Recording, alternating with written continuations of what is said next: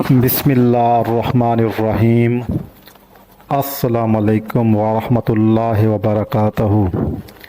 मेरे अज़ीज़ भाइयों और बहनों, आज हम एक ऐसे वजीफ़े की बात करेंगे जो इन लोगों के लिए है जिनके दिल बेचैन हैं, जो रातों को नींद नहीं कर सकते, जिनके दिल पर बोझ है, जो हर वक्त किसी न किसी परेशानी में मुब्तला रहते हैं।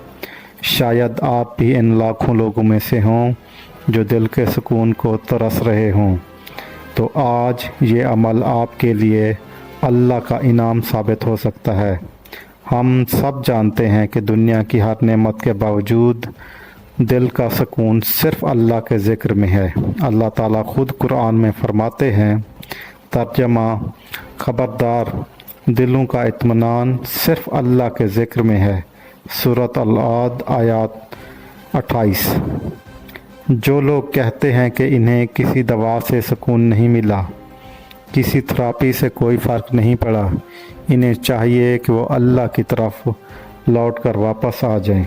इनको चाहिए कि वो अल्लाह से रजू करें। अल्लाह वो हस्ती है जो टूटे दिलों को जोड़ता है, जो रोती आँखों को मुस्कुराहट अता करता है, जो अंधेरों में उम्मीद की किरण भेजता है।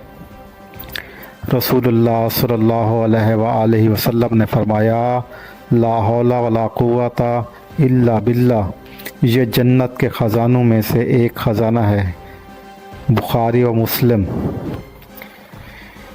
अगर कोई शख्स दिल की बेचैनी, बेसुकूनी, ज़हनी दबाव या घबराहट में मुब्तला हो तो इसे चाहिए कि वो ये अमल रोज़ाना करे।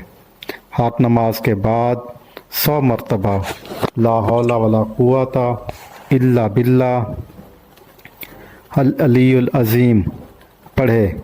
ये सिर्फ़ अल्फाज नहीं बल्कि दिलों को जोड़ने वाली तासीर है, रूह को सुकून देने वाली दवा है, जहन को इत्मीनान देने वाली रोशनी है।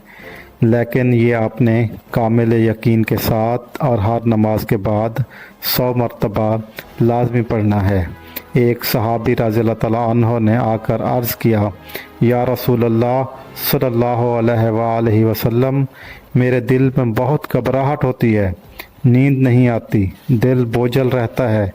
नबी करीम सल्लल्लाहु अलैहि वसल्लम ने फरमाया, रात सोने से पहले 100 मरतबा ला हौला वला कुव्वता इल्ला बिल्लाह पढ़ लिया करो। अल्लाह तुम्हारे दिल को सुकून देगा, तुम्हारी परेशानियां दूर करेगा।